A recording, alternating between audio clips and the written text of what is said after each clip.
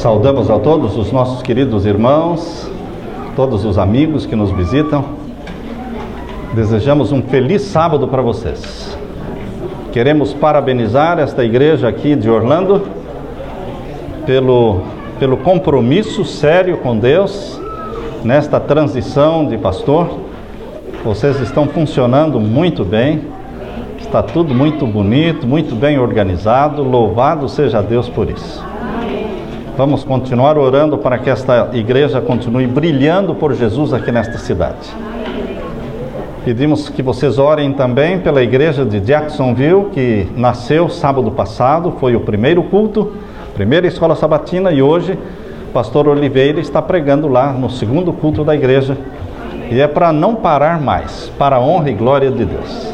Orem por este projeto. Vamos orar antes de iniciarmos o estudo da palavra de Deus. Pai querido que estás nos céus, estamos na tua presença, louvando o teu nome porque tu és santo.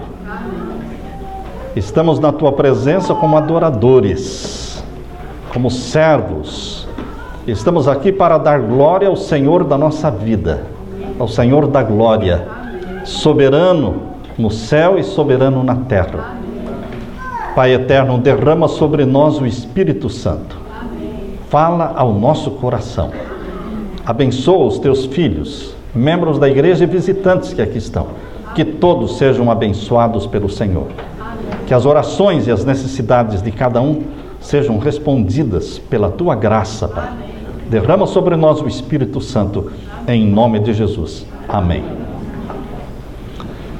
Queridos, agradecemos o convite que o Ricardo nos estendeu para pregar aqui hoje. Agora somos membros da igreja, não é? É uma alegria. O título que nós fomos inspirados por Deus para escolher para hoje, o título é Pense Grande. Pense grande. Mas não confunda com olho grande. Olho grande é um lado negativo de quem é invejoso, que não pode ver nada que quer para ele, não é? Olho grande, quer tudo para si, egoísta, pessoas gananciosas que atropelam os outros para conseguir o que é de melhor e o que é maior para eles. Mas pensar grande não tem nada a ver com o que é negativo. Pensar grande é o lado positivo dos filhos de Deus, porque Deus é grande. Nós temos que pensar grande. Esta é a razão. Você não tem um Deus mesquinho, você não tem um Deus medíocre, você não tem um Deus fracassado, você tem um Deus todo-poderoso, onipotente, onipresente. Você não tem um Deus morto, mas um Jesus Cristo que deixou o túmulo aberto, a sepultura vazia, ressuscitou, está vivo, e porque Ele vive, nós viveremos para sempre. Então, meus queridos, nós temos razão para erguer a cabeça, olhar para cima e para frente e caminharmos, avançando, pensando grande, fazendo grandes planos para o Senhor, assim como vocês estão fazendo. Parabenizo a igreja de Orlando pelo plano de não ficar com a igreja alugada, mas partir para uma igreja própria. Isso é pensar grande. Pensar grande é fazer grandes planos e projetos em nome de Deus, em nome de Jesus, para a glória de Deus. Pensar grande é uma pessoa que tem um curso de ginásio ou de segundo grau, mas pensa em fazer uma faculdade. É alguém que tem faculdade e quer fazer um mestrado, ou quem tem um mestrado quer fazer um doutorado. Ele está pensando grande, porque maior é a esfera da sua influência sobre o mundo. Quanto mais você estuda, quanto mais você se esmera, maior será a sua influência. Comparem a influência de um Pedro, de um João, pescadores, e uma influência de um Paulo, poliglota, culto, intelectual. A influência de Paulo, todos foram guiados pelo Espírito Santo. Mas a influência de Paulo foi muito maior, porque Deus usa a pessoa dentro da esfera em que ela pode atuar. Queridos, pensar grande tem a ver com o que é positivo, como filhos de Deus, porque Deus é grande. Abra sua Bíblia em Salmo 126, Salmo 126, e os versos 2 e 3. Salmo 126, e os versos 2 e 3. Aqui nós lemos: Grandes coisas fez o Senhor por nós, e por isso estamos alegres. Grandes coisas. Deus faz coisas inimagináveis. Deus faz coisas aos olhos humanos impossíveis. Ele é chamado Deus do impossível. Por isso você não pode limitar Deus em sua ação de esfera de atuação, porque Deus é o Deus do impossível. Ele não está limitado a uma igreja, Ele não está limitado a uma cultura, Ele não está limitado a nada. Ele é o Deus que tudo pode. Em Salmo 60 e o verso 12, abra sua Bíblia também em Salmo 60 e o verso 12, onde o salmista diz assim: em Deus nós faremos proezas. Em Deus nós faremos grandes coisas. Projete coisas grandes. No livro Serviço Cristão, página 254. Serviço Cristão, página 254. Eu leio para vocês esse pensamento. Eu carrego comigo esse pensamento ao longo da minha vida. Não há limites. Serviço Cristão, página 254. Não há limites. Não há limites. Para quê? Para a utilidade daquele que, pondo de parte o próprio eu, você põe de parte o próprio eu e abre margem para a operação do Espírito Santo em seu coração e vive uma vida inteiramente consagrada a Deus. Não há limites para o que você possa pensar, ou que você possa entender, ou para o que você possa projetar para Deus. Não há limites. O homem coloca limites, mas Deus não coloca limites. Tanto no céu, na vida eterna no céu, também não teremos limites. Vamos continuar crescendo em conhecimento, em intelecto, compreendendo ciências que nós não compreendíamos. Não há limites, nunca vamos parar. Deus diz que não há limites para as concepções humanas quando inteiramente consagrados nós somos a Deus e damos a Ele toda a glória. São Francisco de Assis escreveu: no início você deve fazer o imprescindível, depois o possível, e de repente estará fazendo o impossível. Deus nos desafia, queridos, a romper as barreiras do impossível. É visão grande pensar numa cidade como esta, grande, talvez a mais visitada cidade turística do mundo, pensar numa igreja linda, que represente o nome do Deus de Israel. Assim como o templo de Jerusalém era um orgulho para a nação judaica, também construir um templo aqui para que o nome de Deus seja engrandecido e louvado sábado após sábado. Queridos, nós devemos sair da rotina de mediocridade, sair da rotina que todo mundo faz. Todo mundo anda por um caminho e tem os mesmos resultados, mas você tem que pensar grande. E quem pensa grande sai da rotina, sai dos trilhos surrados e trilhados cada dia, e começa a andar por caminhos desconhecidos, correndo riscos, porque quem pensa grande corre riscos, mas também alcança sucesso que outros não alcançam. Eu li uma poesia e eu quero ler para vocês, gostei dela. Diz assim: quebre a rotina. Quebre a rotina. Não faça da sua vida uma mesma nota batendo em surdina. Deixe os caminhos trilhados e velhos e siga o caminho que ninguém pisou. Seja ousado.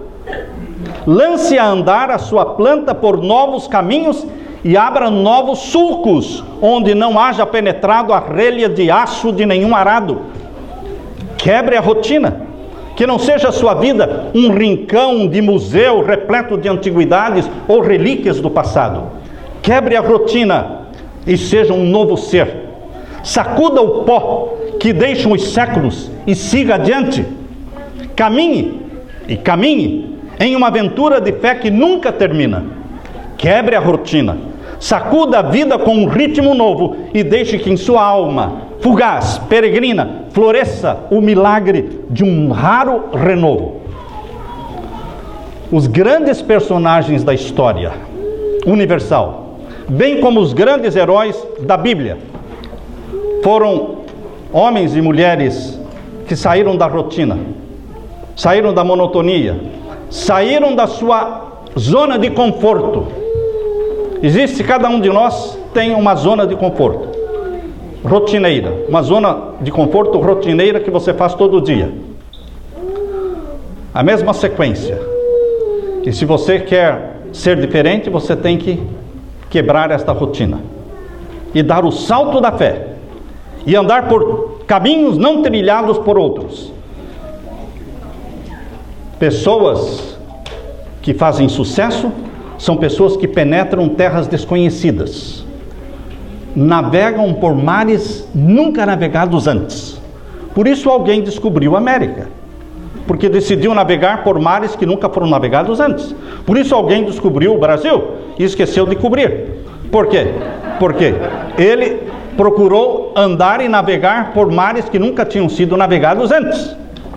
Se você fizer o que todo mundo faz, você terá o resultado que todo mundo tem. Mas isso não é sucesso.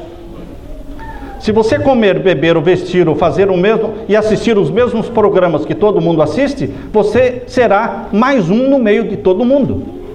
Mas os filhos de Deus que irão para o céu, eles não são um no meio de todo mundo. Eles não fazem parte da massa do mundo. A cabeça deles aparece, se destaca, porque eles são diferentes no pensar, no agir, no comer, no beber, no vestir. Eles são diferentes no intelecto, porque eles pensam grande, eles pensam alto, eles pensam no céu, eles pensam na Nova Jerusalém. Eles não se acomodam a esta vidinha medíocre na terra. Eles querem o céu, eles querem a vida eterna. Se você fizer, queridos, o que no livro Mente, Caráter e Personalidade, volume 1, veja o que Deus nos recomenda neste livro Mente, Caráter e Personalidade. Eu recomendo você a que leia e releia esse livro, Mente, Caráter e Personalidade. São 2 volumes. Você vai encontrar nesses 2 volumes dezenas de princípios de sucesso. Princípios que fazem com que a pessoa se torne de sucesso nesta terra. E sucesso espiritual também. São princípios eternos. E no livro Mente, Caráter e Personalidade, volume 1, página 367, diz assim: qual é o alvo e o propósito da sua vida? É Deus que está escrevendo, porque quando Ellen White escreveu, foi Deus que estava escrevendo através desta serva, que tinha 3º ano primário, semi-analfabeta, e se tornou a escritora americana mais traduzida no mundo. Ela pergunta: qual é o alvo e o propósito da sua vida? Você sabe qual é o alvo e o propósito da sua vida? Você tem uma missão? Você já escreveu uma? Já viram que nas empresas tem o statement, the mission statement. Nas empresas, quando você entra na sala, na recepção, geralmente empresas de sucesso, eu estou dizendo. Estou falando das empresinhas fracassadas. As de sucesso, você entra, tem um quadro grande, com moldura, e ali está, statement, declaração de missão. Esta empresa existe por causa disso, disso, nosso alvo é este. Você e eu temos que ter o quê? Uma declaração de missão. Por que nascemos? Por que estamos aqui? E onde eu quero chegar? Qual é o alvo e propósito da sua vida? Tem a ambição de educar-se para poder ter nome e posição no mundo? Tem gente que acha que é pecado estudar para ter nome e posição no mundo. Maior será a tua influência sobre o mundo. Você deve influenciar e não ser influenciado. Eu estou lendo Mente, Caráter e Personalidade. Tem pensamentos que não ousa exprimir? Você tem pensamentos que não ousa falar, porque outros diriam que você está sendo muito ganancioso, muito ambicioso, mas você almeja.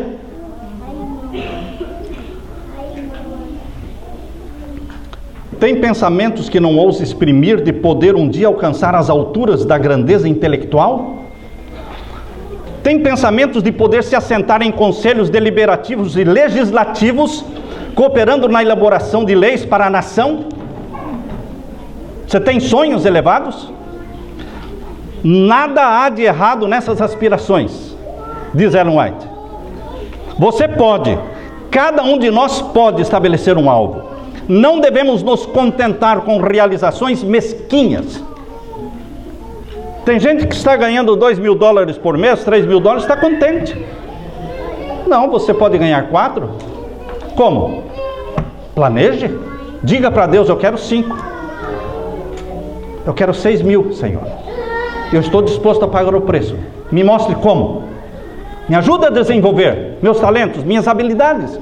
O Senhor me criou para ser vitorioso. Ajude-me a ser vitorioso como Jesus, para ser um bem na vida dos outros. Não para acumular, mas para ser um bem na vida dos outros. Você pode, cada um de nós pode estabelecer um alvo. Não devemos nos contentar com realizações mesquinhas. Aspire à altura e não se poupe de realizar trabalhos para alcançar o padrão. Página 367. E aí continua. Avance tão rapidamente e vá tão longe em adquirir conhecimentos quanto lhe seja possível. O que significa isso? Vá tão longe quanto seja possível para adquirir conhecimento. O pastor que termina a faculdade de teologia, ele está no Mobral ainda, irmãos. No Mobral ainda. Porque ele vai ter que estudar a vida toda. A vida toda. Eu estou aposentado, irmãos. Desde 2013, aposentei para continuar pregando mais. Aposentei para postar mais vídeos no YouTube e invadir o mundo. E alguém pergunta, está aposentado? Mas eu continuo estudando. Horas e horas, cada dia. Queridos, não há limites para a influência e para o poder daquele que coloca de lado o próprio eu e se consagra a Deus. Avance. À medida que aprendam, vão comunicando seus conhecimentos. Gastar longo tempo em estudos sem esforço algum para comunicar o que se adquire, demonstra-se muitas vezes um prejuízo em lugar de auxílio ao real desenvolvimento. Seja qual for sua vocação, terá de ser durante toda a sua vida, tanto aluno como professor. Você tem que se assentar como aluno e tem que falar como professor, seja qual for a sua profissão. Nós aprendemos e nós ensinamos a vida toda. No Parábolas de Jesus, isso eu li, Mente, Caráter e Personalidade, volume 1, página 368. Agora, no Parábolas de Jesus, é outro livro que tem princípios de sucesso. E este eu vou ler agora para vocês, página 329 e 330, Parábolas de Jesus. O desenvolvimento de todas as nossas faculdades é a primeira obrigação que devemos a Deus e aos nossos semelhantes. Qual é a nossa primeira obrigação? Desenvolvimento das nossas faculdades. Estudar. Você mora 30 anos na América e só fala português? Por quê? É difícil? Pague o preço. Estude. Faça curso. Pule na fogueira. Caia no meio de americano que não fala português, só fala inglês. Ah, como é que vai ser? Vai ser. Você vai conseguir. Cobre de si mesmo. Ou você quer ficar na zona de conforto? Mas não queira ir aprender inglês no culto, na igreja americana. Não é o plano de Deus. Culto e adoração a gente faz na língua da gente, na cultura da gente. Você tem a semana inteira para aprender inglês.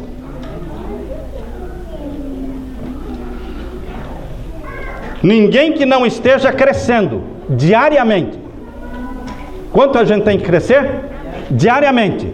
Ninguém que não esteja crescendo diariamente em capacidade, em utilidade, estará cumprindo o propósito da vida. Deus somente aceitará os que estão decididos a ter um alvo elevado. Parábolas de Jesus, página 329 e 330. Quando eu li esses pensamentos, irmãos, inspirados, despertou em mim a ousadia de pensar grande, realizar grandes coisas para o nosso Deus. Sabem quantos sermões do vosso servo são baixados do YouTube por ano? mais de 1 milhão de sermões, irmãos, para a glória de Deus. Foi muito mais além do que um dia eu sonhei. Muito mais além. Em todos os continentes da terra. Queridos, não se satisfaça com a mediocridade. Se você sabe uma língua, pode saber 2, ou 3, ou 4. Não há limites. Quando Deus está dizendo que não há limites, não coloque limites para você. Parábolas de Jesus, página 331. Deus escreveu assim: ninguém diga, não posso remediar meus defeitos de caráter.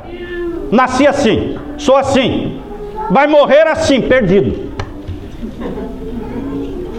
Se você pensa assim, não posso remediar meus defeitos de caráter. Nasci assim, meu pai era assim, eu herdei esse temperamento. Não, irmãos. Os que vão entrar no céu herdaram o temperamento de Jesus.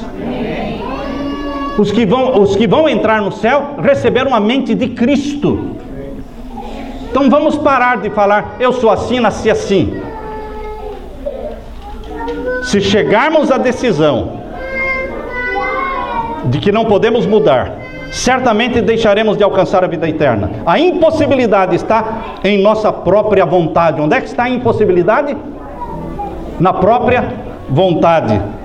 Por isso que Henry Ford costumava dizer isso: se você pensa que pode, ou se você pensa que não pode, você está certo.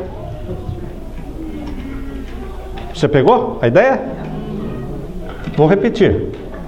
Porque Henry Ford ficava com a cabeça dele cheia de rodas, né? A cabeça dele era cheia de rodas. E as rodas da cabeça dele estão rodando o mundo todo hoje. Se você pensa que pode, ou se você pensa que não pode, você está certo. Se você diz, pastor, eu não vou conseguir, não vai mesmo. E se você disser, eu vou, nem que eu morra, eu vou conseguir, você vai conseguir. Foi Deus quem colocou no meu coração, irmãos, quando eu tinha 17 anos de idade, comportando em Londrina.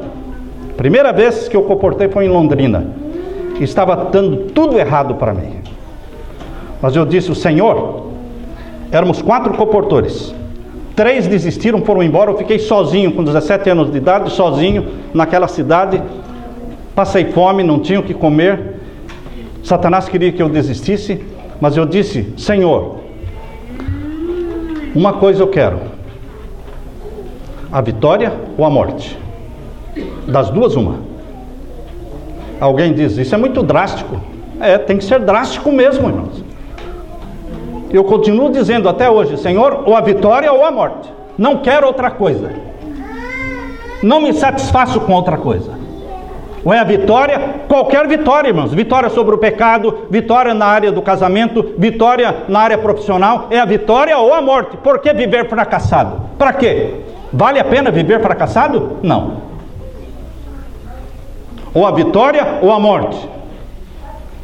O que é que Deus lhe dará? Vitória? Ele quer a sua vitória, ele torce por sua vitória. No livro Parábolas de Jesus, página 331 e 332, diz: lembre-se de que nunca alcançarão mais elevada norma a que se propuseram.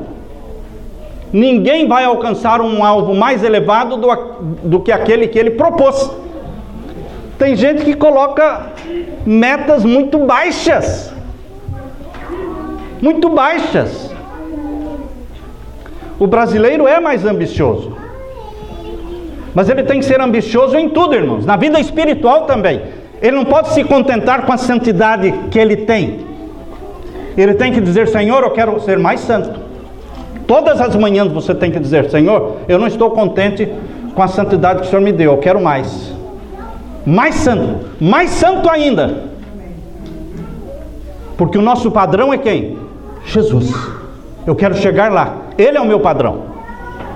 Lembre-se de que nunca alcançarão mais elevada norma que aqui se propuseram. Fixemos, pois, alto o nosso alvo, e passo a passo, embora com esforços dolorosos, abnegação e sacrifício, subamos até o topo, a escada do progresso, que nada nos impeça. Parábolas de Jesus, página 331.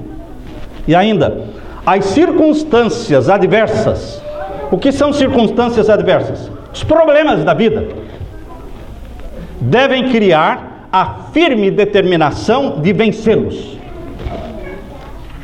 Deus joga os problemas no seu caminho. Deus permite que as pedras sejam jogadas no caminho que você está passando, para que você crie músculos, tendo que saltar sobre as pedras, para que você crie calo nos pés, pisando sobre as pedras, mas não para você desistir e falar, o caminho está bloqueado. Encontre uma passagem, dá um jeito. Como? Ore, Deus dá ideias. Queridos, Parábolas de Jesus, página 331. Insista com resolução na direção correta, e então as circunstâncias serão suas auxiliares e nunca empecilhos.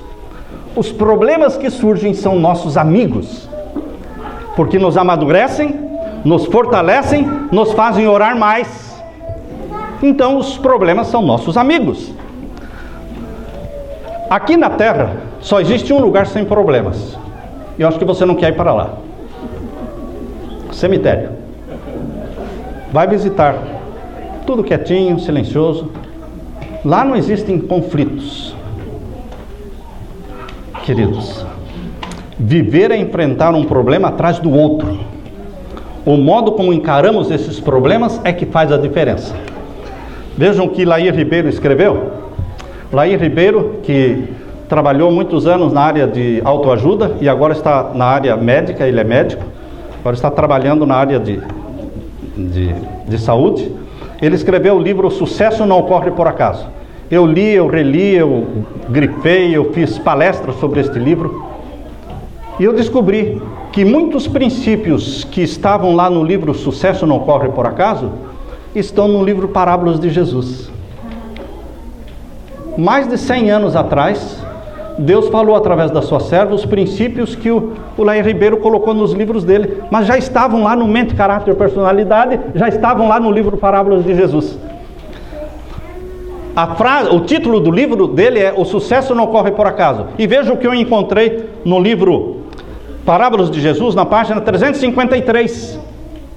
O sucesso não é resultado do acaso. Não é a mesma coisa? De onde é que ele tirou o título do livro dele? Do Parábolas de Jesus. O sucesso não é resultado do acaso, nem do destino.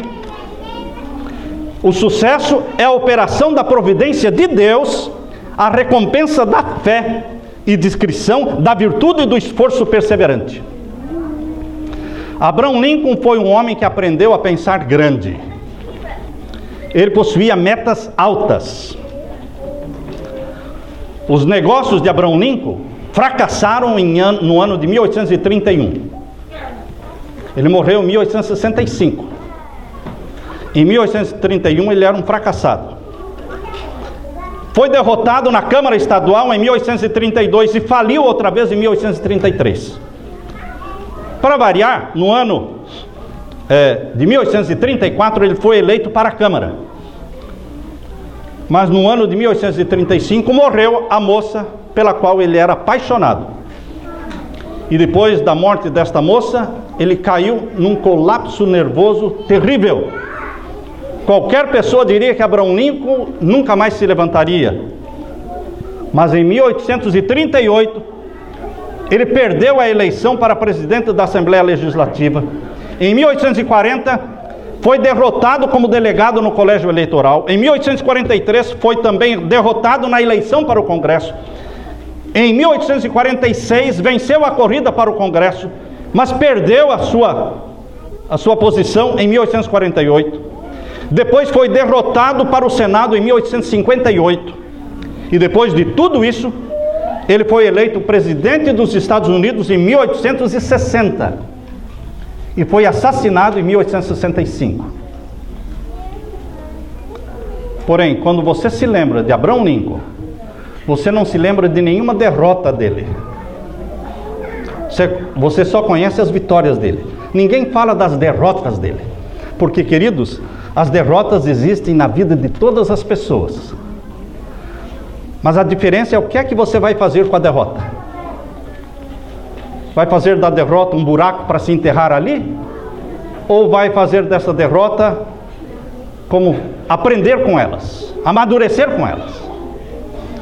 Quando você tem metas elevadas, meu irmão, você não fica contando o número das derrotas, porque o importante é não desistir na profissão intelectual, na profissão ou estudantil, ou nos negócios e na vida espiritual. Não desistir. A Nova Jerusalém espera por você. Os portões estão brilhando, as pérolas do portão estão brilhando e dizendo: vem, vem, vem. E você não pode tirar da sua mente o céu, a Nova Jerusalém. Longfellow, ele escreveu: a perseverança é um grande elemento do sucesso. Se você bater muitas vezes na porta e fizer bastante barulho, acabará acordando alguém.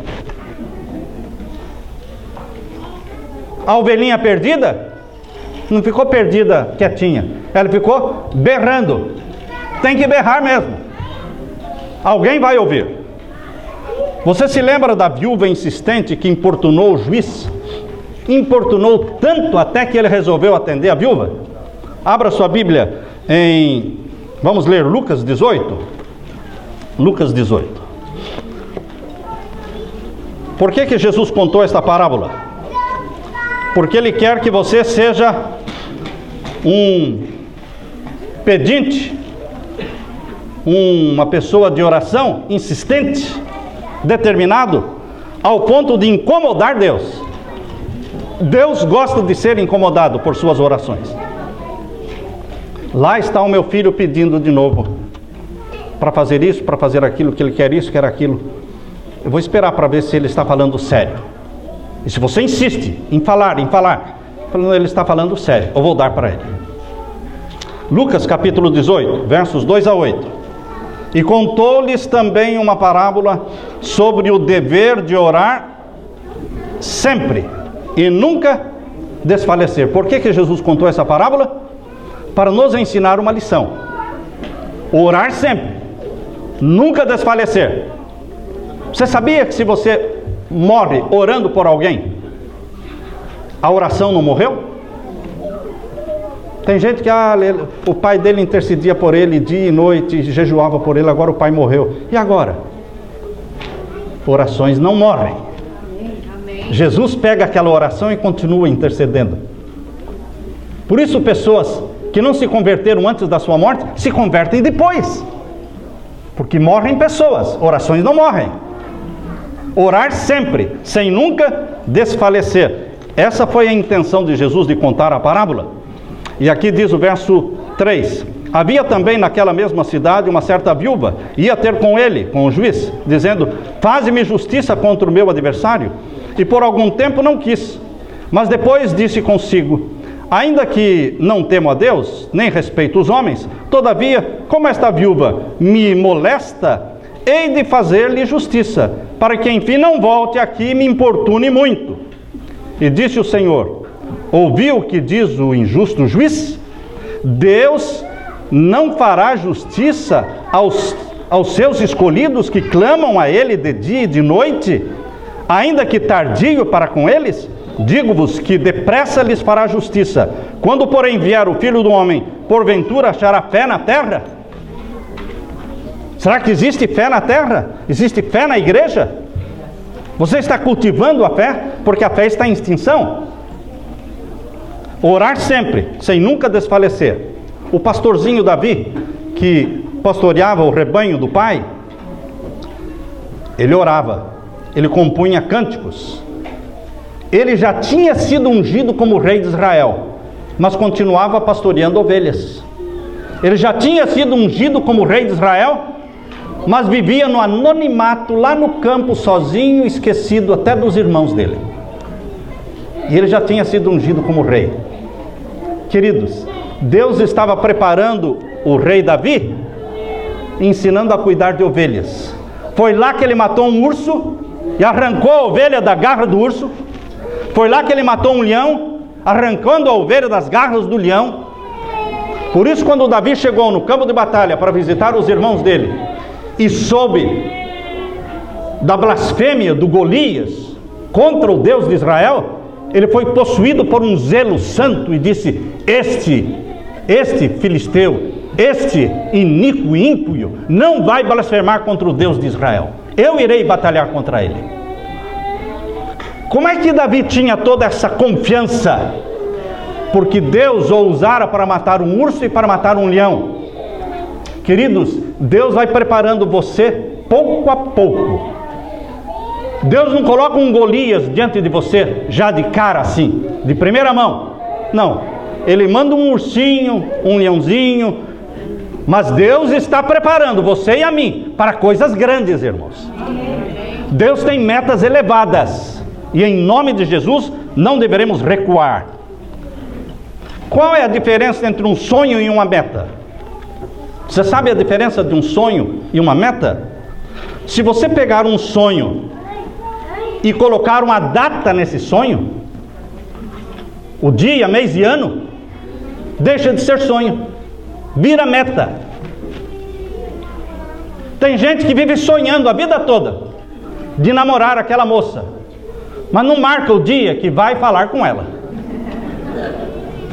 Vai romper a timidez e vai falar. Ele fica sonhando, sonhando, até que chega um na frente dele.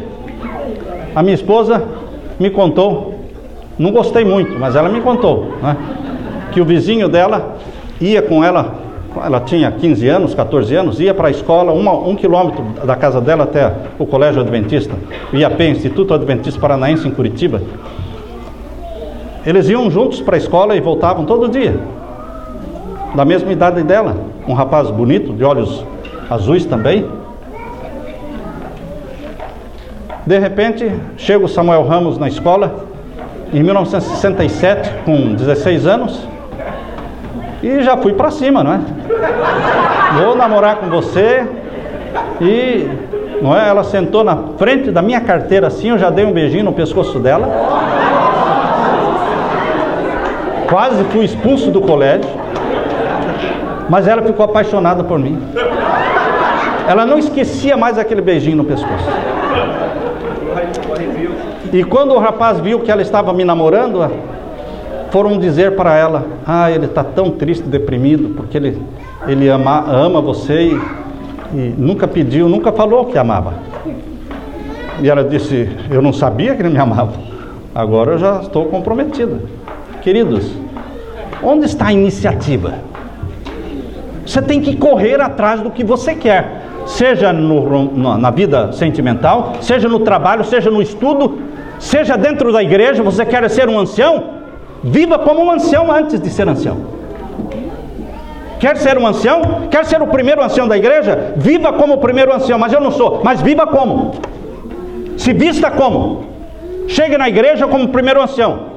Se dispõe a fazer tudo como primeiro ancião. E de repente alguém vai apontar você para ser o primeiro ancião. Proceda como se fosse. Mas eu não sou. Não vai ser nunca. Você tem que proceder como se fosse. Queridos, colocar metas. Sabe aquele livro que você comprou e que um dia vai ler? Um dia não existe no calendário. No calendário existe domingo, segunda, terça, quarta, quinta, sexta, sábado. Existem dias, dia 1º, dia 2, dia 3. Mas esse um dia eu vou namorar, um dia eu vou estudar, um dia eu vou me formar, um dia eu vou aprender inglês. Um dia não existe no calendário, irmãos. Um dia nós vamos comprar uma igreja. Não, irmãos, tem que marcar a data. Esse ano, louvado seja Deus que vocês compraram o terreno. Então, já marcaram data. O sonho deixa de ser sonho quando tem dia, mês e ano, irmãos. De Henry Ford, é dito que a sua cabeça estava cheia de rodas. E as rodas de Henry Ford estão correndo o mundo todo. O sucesso em qualquer coisa que empreendamos exige um objetivo definido. No livro Sonho da Juventude, Eu quero ler para vocês o que encontrei nesse livro Sonho da Juventude, escrito por Hugh Black. Ele escreveu: conta-me os teus sonhos, e eu lerei os mistérios da tua vida.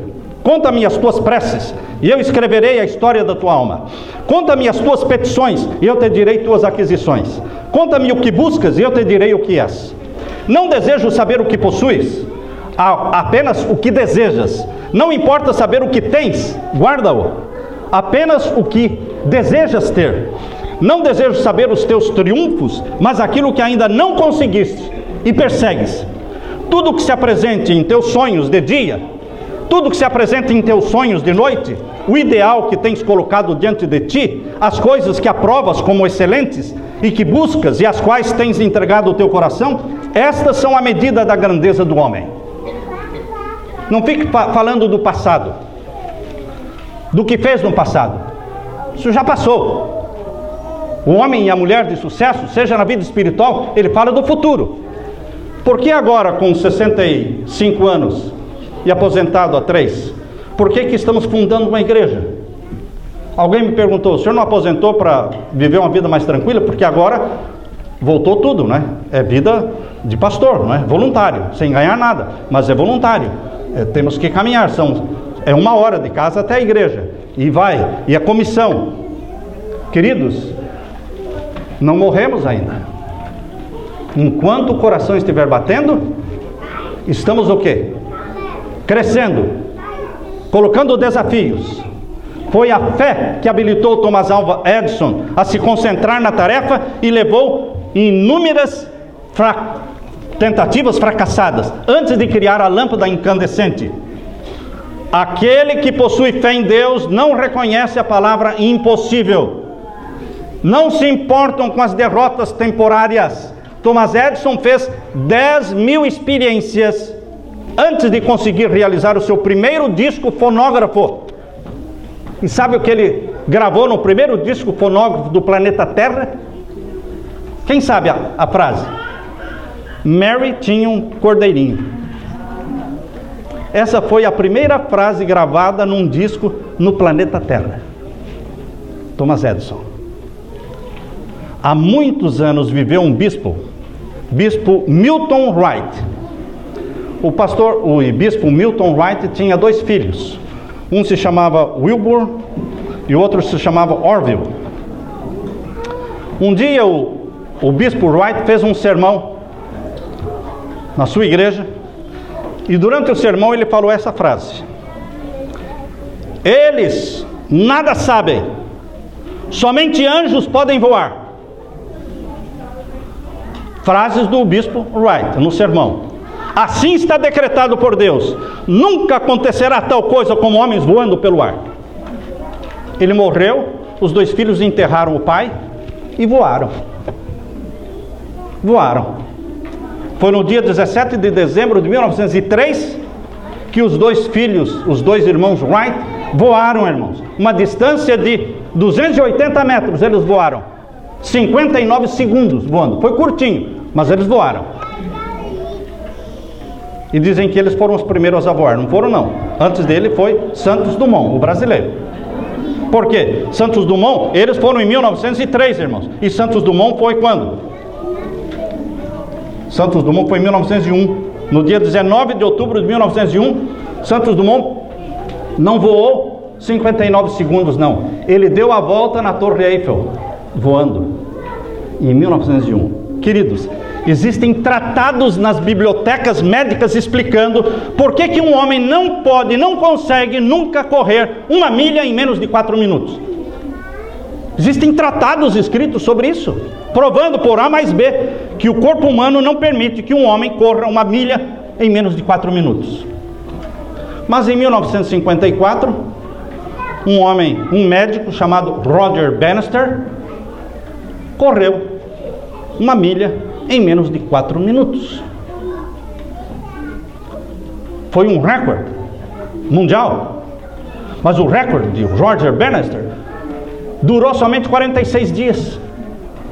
Porque no mesmo ano, 19 outros correram 1 milha em menos de 4 minutos. Como se explica isso, irmãos? Onde é que estava a impossibilidade, irmãos? Na mente humana. Depois que um correu, 19 outros correram no mesmo ano. Por que não correram antes? Porque não acreditavam que era possível. Se você acredita, ou se você diz que não pode, ou se você diz que pode, de qualquer forma você está correto. Se você diz que não vai ganhar, não vai ganhar mesmo. Tem gente que fala, eu não vou conseguir me salvar. Não vai mesmo, companheiro. Não vai. Vai para o inferno. Ah, para o inferno também eu não quero. Então trate de ganhar o céu. O céu já foi comprado pelo sangue de Jesus? Por que não pode ser seu? Por que não pode ser seu? Se ele já foi comprado pelo sangue de Jesus. E ele está dizendo, aquele que ouve, venha. Quem quiser, venha e tome de graça da água da vida. A impossibilidade está onde, irmão? Na mente sua. Se você diz que não pode, o que Deus pode fazer se você acha que não pode? Queridos, se no campo científico existem dogmas que foram superados por alguém que ousou pensar grande, obviamente também existem dogmas no campo espiritual. Mas Deus é o Deus do impossível. Em Deus faremos proezas. Pedro um dia saiu do bote e andou sobre as águas. Nunca um homem tinha andado sobre as águas antes. Os outros discípulos ficaram agarrados no bote, enquanto Pedro saiu do bote e andou sobre as águas. Por que só Pedro andou? Porque ele acreditou. Jesus disse para Pedro o quê? Vem. Os outros não poderiam ter ido também? Poderiam. Mas só Pedro teve a ousadia de sair do bote. Deus quer que você seja ousado e saia do bote da rotina. Todo brasileiro que vem para os Estados Unidos vive quase que a mesma vida. Você não precisa viver a mesma vida. Você pode ser diferente. Pensar numa coisa diferente. Planejar, projetar uma coisa diferente. Na vida espiritual também. Crescer no poder de Deus. Pedro ousou ser diferente. Temos que crer e romper com os tabus e com as tradições e sair do bote. Não temos nada a temer e não cairemos quando é Deus que está nos empurrando. Não cairemos se é Deus que está nos empurrando. Agora termino, que a minha esposa está mostrando o relógio. Termino lendo o livro Evangelismo, página 67. Presta atenção no que está escrito no livro Evangelismo, página 67. Levantem os olhos, elevem a vista, estendam os horizontes. Não é lindo isso, irmãos? Deus escrevendo através da sua serva. Avancem, acrescentem novos territórios, deem ao mundo a derradeira mensagem de advertência. Não há tempo a perder. Em Deus faremos proezas. Pensemos grande, porque Deus é grande. Que a graça de Jesus esteja sobre você, meu irmão. Amém? Amém. Louvado seja Deus. Vamos cantar.